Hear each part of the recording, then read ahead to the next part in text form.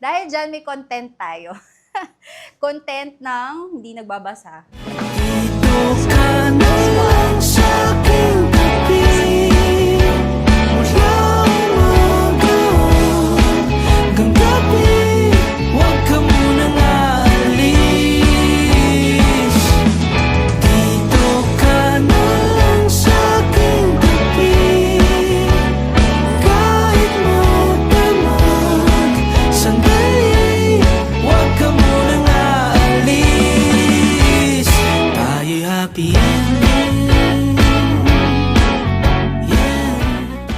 Yun, nakauwi na ako ng bahay ng mga 7 and magdi-dinner na tayo.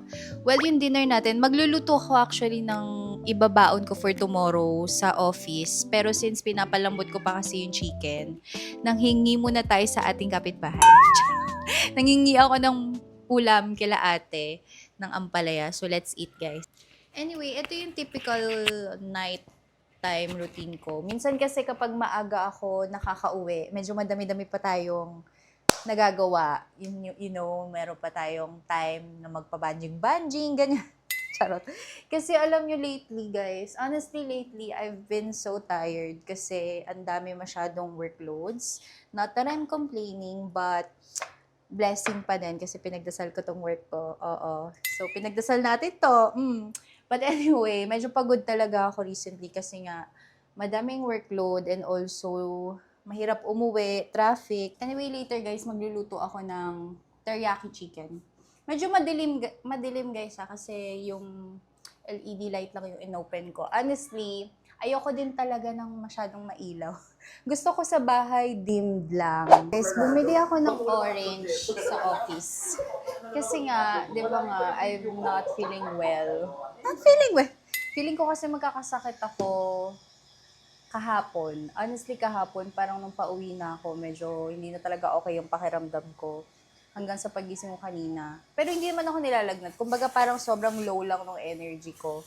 And bumili ako ng orange. Usually kasi kapag ganito yung feeling ko, kumakain ako ng orange. So, yeah. Magluluto ko ng baon ko for tomorrow. Meron kasi pa akong chicken thighs dyan. So, gagawin ko siyang chicken teriyaki. Let's go. Let's cook the chicken teriyaki. So, for the teriyaki chicken, kailangan mo syempre ng chicken. So, chicken thigh to na wala ng bones. Ano ba? Filet thigh? Filet thigh ba yan? Basta chicken filet na thigh part. And then, the only ingredients that we need is oyster sauce, soy sauce, sesame oil, brown sugar, honey. Ito hindi naman to honey talaga. This is not really honey. Parang sweetener lang siya na nabili ko. You can use honey and also garlic. So, meron na akong garlic dito. Shinred ko siya kasi kailangan dapat minced garlic. Pero ginamit ko na lang tong, ano ba tawag dito? Grater. Ginanon ko para maging ganyan yung itsura niya. Let's put our chicken here. Hinugasan ko na to. May batang umiiyak. Bakit kaya? So, I think this is good for 3 days na baon ko. Yan. So, this one, tansya-tansya na lang, guys. Okay, guys, tansya queen ako. So, bahala na kayo kung paano nyo pagsasama-samahin yan. Basta ako, ilalagay ko na lang kung ano yung trip ko. Basta ako tansya-tansya lang talaga pag nagluluto ako. So, soy sauce, a little bit. And tapos oyster sauce, here, vinegar. Meron tayong vinegar. Honey, 1 tablespoon lang din. Brown sugar. Mix with my hands. Malinis naman yung kamay ko, guys. Tsaka ako lang naman kakain ito. Let's just mix it. Lagyan natin itong sesame oil. We have here sesame oil. I forgot pepper. Nakalimutan ko lagyan. You need the pepper. Sorry, wala pa akong lagayan ng isa kong pepper. So, Let's marinate this. Marinate lang natin to ng for about 15 minutes bago ko lutuin yung baon ko for tomorrow. It's currently 9 p.m. na, guys. Na-late na tayo kasi nga late ko napalambot yung chicken. Okay na tong chicken ko. Pero parang gusto ko siyang i-air fry.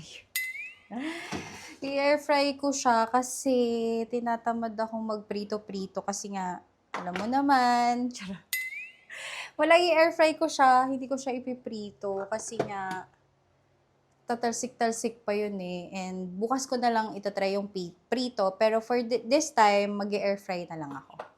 Hopefully naman na marinade siya, no? Hindi ko sure. Pag hindi, edi better luck next time. Air fry natin siya. Then, okay, air fry natin. Actually, dapat pinreheat ko na tong air fryer ko. 30 minutes. Yan. Para habang ini-air fry natin siya, may magagawa pa tayong iba. Kasi syempre, hindi pa ako pwede matulog, no? Prepare ko lang tong rice ko. May baunan. Ito ko ilalagay yung baon ko. Ang tagal kong hindi nagbaon kasi nga, di ba, pagod-pagod ako. Hindi ako nakakapag-prepare ng baon ko talaga. So, ang gastos. So, better talaga na laging nagbabaon. Tsaka yung sinasaing ko, konti lang. For me lang. This, here. And so, ito na yung rice natin. And then, mamaya na yung chicken. Let's wait for the chicken. Later. Hindi ko lang to papakita sa inyo. Hindi para magbida-bida. Char. Isa-share ko lang sa inyo yung Bible ko since inaantay pa natin yung aking, ano bang tawag doon? Chicken sa air fryer. So, meron kasi akong, normally, nagme-meditate ako in terms of, kapag gusto ko ng alone time, me time, nagme-meditate ako sa Bible. And ito yung ginagamit kong Bible. Ang cute niya kasi para lang siyang diary, no? Tapos may design siya dito. Ililink ko na lang to sa description box if you want to try or if you want to buy. And ito yung ginagamit kong Bible or binabasa akong Bible na nagjo-journal ako minsan.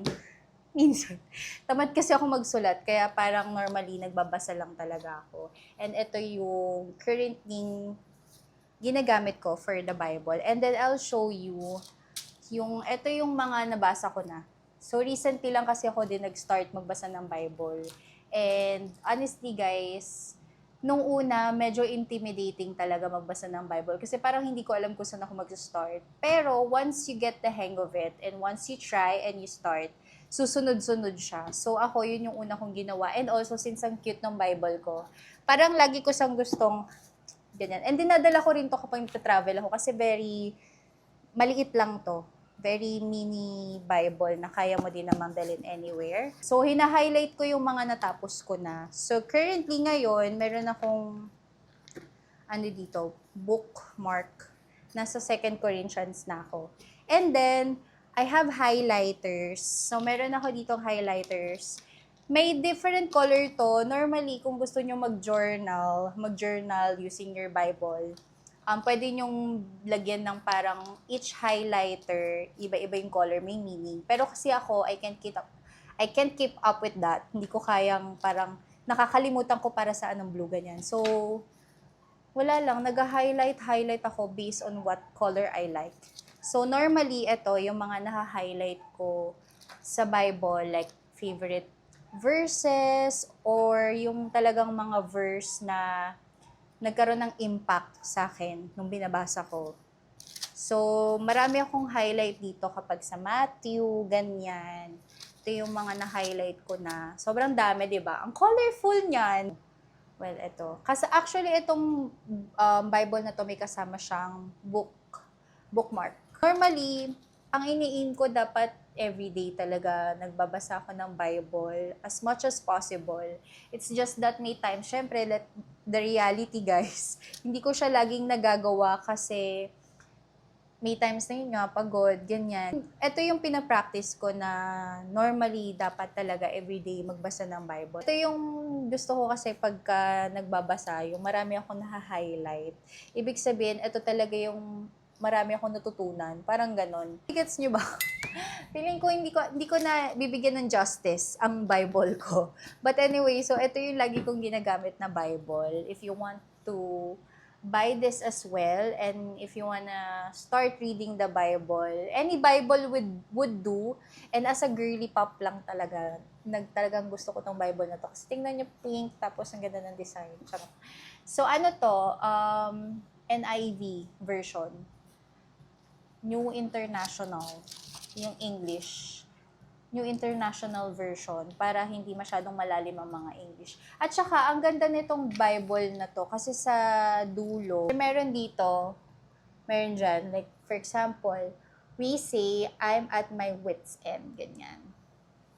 God's word responds, ganyan. Pag kami nafe-feel ka, kapag nafe-feel mo na, eto, meron siyang ganito, Bible promises in your situation crisis. So kapag nasa level ka ng gantong crisis in life na iniisip mo it's impossible, andito yung God's word, yung respond niya doon. So may makikita kang mga chapter dyan, verses na pwede mong basahin based doon sa nararamdaman mo. Ang ganda talaga ng Bible na to, sa totoo lang. And also, meron kasi ako dito, honestly, na regalo pa sa akin to last year ng kadi group ko sa church, sa Bible study namin. Merong ito, para siyang devotional or prayer journal. Hindi ko pa siya nagagamit, parang gusto ko siyang gamitin. Tamad kasi ako magsulat. Kasi parang pag nagbabasa kasi ako ng Bible, okay, nagbabasa ako. Pero may mga Bible verse kasi na sobrang relatable yan. So, I think okay na merong journal. So, try ko to kasi meron siyang meditation, quote or verse of the day, yan, recalling my blessings, ang saya, and then reflections. Ay, okay na yung ano ko. Wait lang. Ganyan. So, let's try. Let's do this. Let's check the chicken. Ayan, okay na to. Baka masunog na. Oo. Ayan. Tikman nga natin. Let's taste.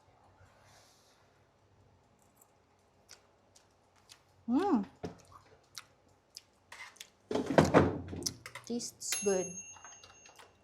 Okay siya. Para siyang, ano talaga, teriyaki. So, this is my lunch for tomorrow. Hindi siya sunog, guys, ha. Ganyan talaga yung color niya. Wow! Lagyan natin ng sesame seeds. Para talaga namang feel na feel natin. So, ayan. Start na natin to. Since nasa 2 Corinthians na ako. Yun na lang muna yung... Doon na mag-start. Dito. Okay, ito na yung first day ko na mag-journaling ulit ako. I'll attempt it again. Let's do it again. Let's do it again.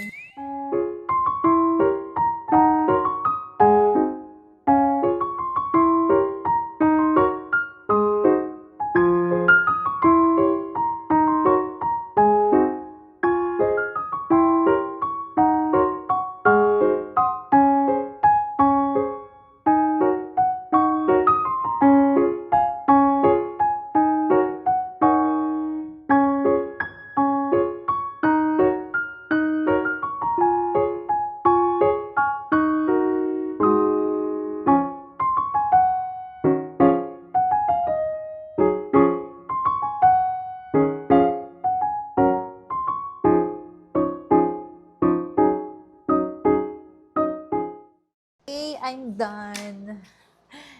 So, ito lang. Sinagutan ko lang yung mga nasa list. And that's it for today. This is the journal. Pangit yung sulat ko, pero I'm happy. Okay pala to. Therapeutic pala talaga. Okay pala yung ganitong journal.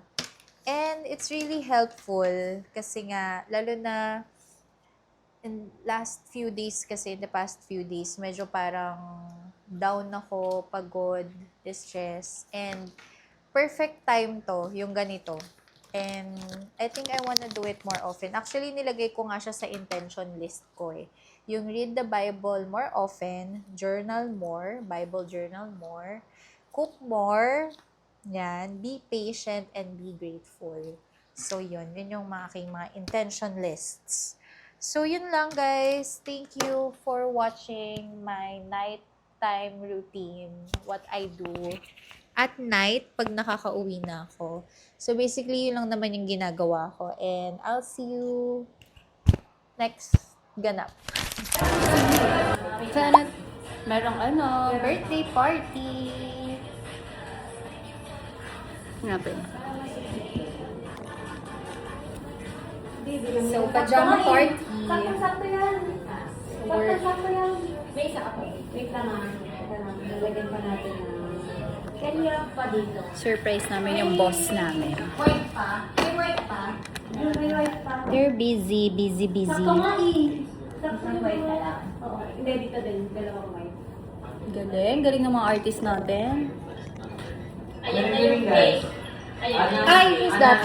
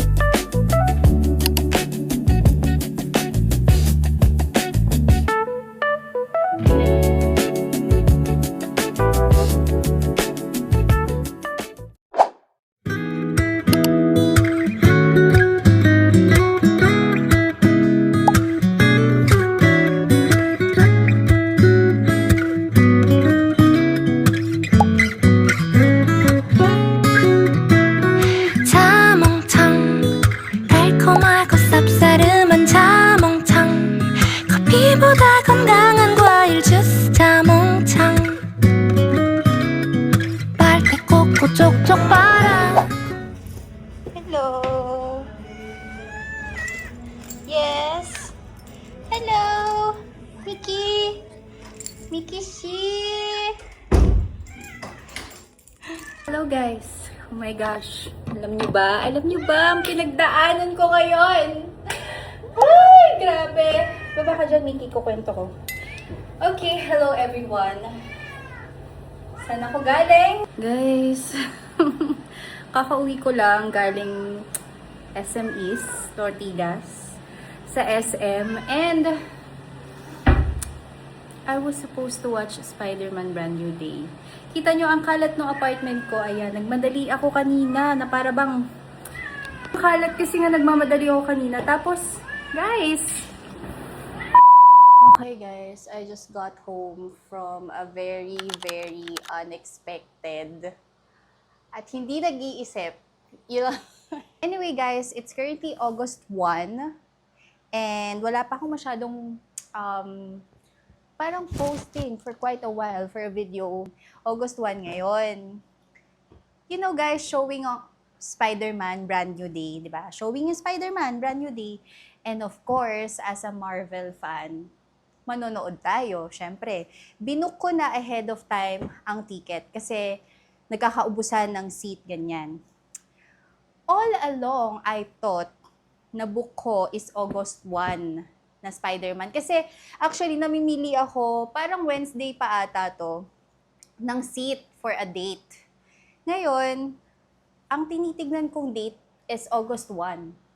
And August 2, actually, tinignan ko rin yung August 2. Pero parang, sa pagkakaalam ko, ang final thought process ko was, yung naisip ko, final thought is, August 1 ako manonood and hindi ko na masyadong papansinin kung saan ako nakaupo. Basta hindi sobrang lapit.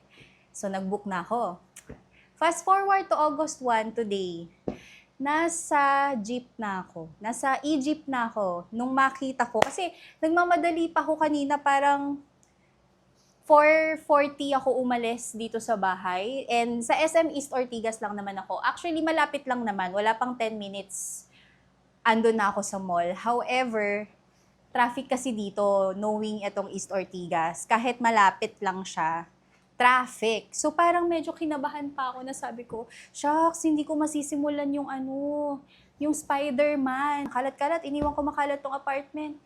Pagkakita ko sa ticket, girl, papakita ko sa inyo, August 2.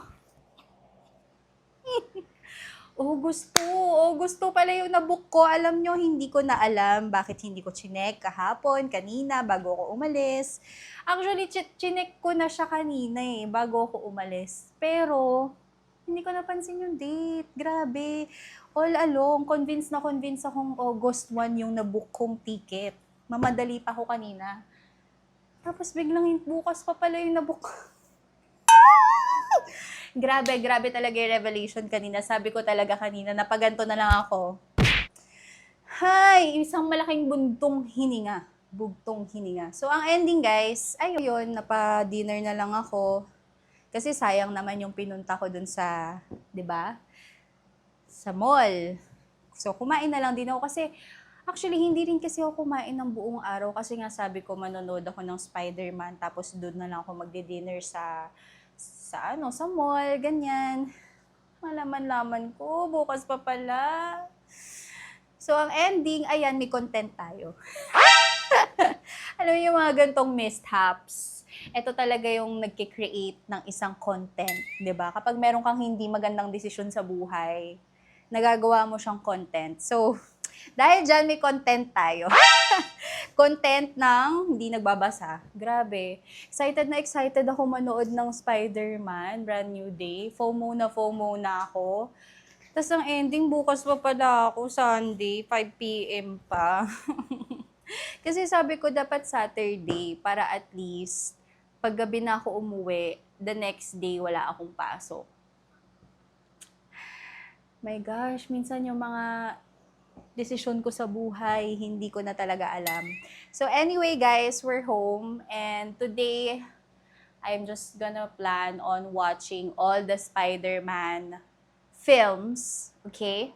So,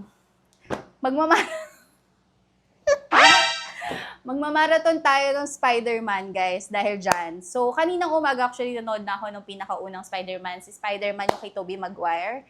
So, Spider-Man 2 na ako.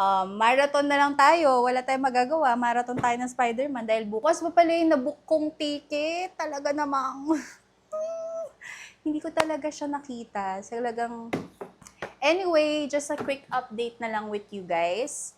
I have a piercing. Yabang.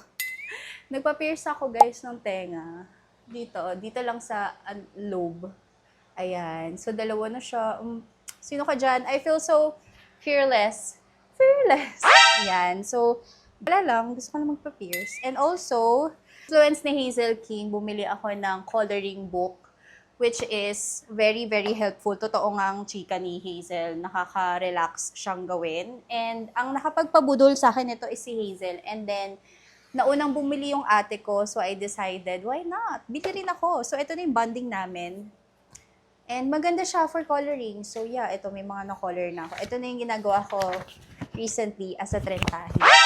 Tapos, meron dito acrylic markers for the color. Yun lang yung ginagawa ko in the past few days. And journaling. Yeah, I've been continuing to do journaling. Dapat dadaan ako sa national. Pero since babalik naman tayo, hindi ko na ginawa. Bibili sana ako ng mga magagandang ballpen, ganyan, para sipagan ako magsulat, knowing na tamad ako magsulat. Pero dahil sabi ko, babalik din naman ako dito bukas, so why bother?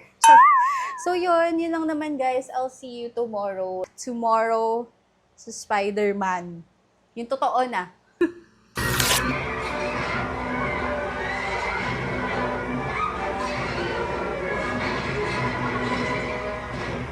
Peter Parker.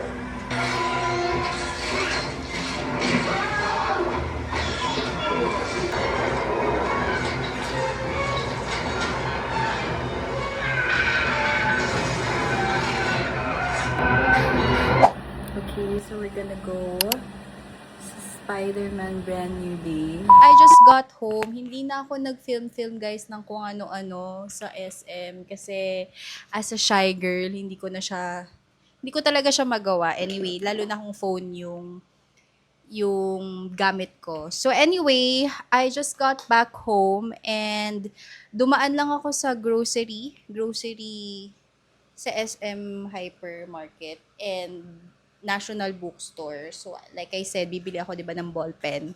So yeah, I got two actually. Para to sa journaling journey ko. So eto, bumili na ako ng dalawang ball pen na gagamitin natin for journaling and for my Bible na napakita ko sa inyo. And yeah, bumili lang ako ng mga snacks and all. But then again, ayan, grabe naman ang haggard ko. No? Ang init kasi guys. You know, grabe yung init. Like, mantika, haggard, lahat na. Tignan nyo naman. But anyway, that's all for this vlog. So this is the end of my vlog. I hope you guys enjoyed this very random, quick ganap sa buhay ko. Hindi ko talaga kaya pa mag-vlog outside using my phone. Kaya kung mapapansin niyo, lagi akong nasa bahay kapag nagchichikan ako kasi hindi ko pa talaga siya kaya outside. So, yun lang. Siguro kapag gusto nyong like merong magpe-play lang na TV sa background, you can play this video and then while you're doing stuff, baka ganun na lang. But anyway, that's it guys. I hope you enjoyed the rest of this video and I hope to see you again on my next one kapag may naisip pa ulit akong mga paandar na living alone and also kapag meron pa akong another update or upgrade sa apartment. But yeah, that's it. That's it for today. I'll see you again on my next one. Bye! 사랑을 나누어주려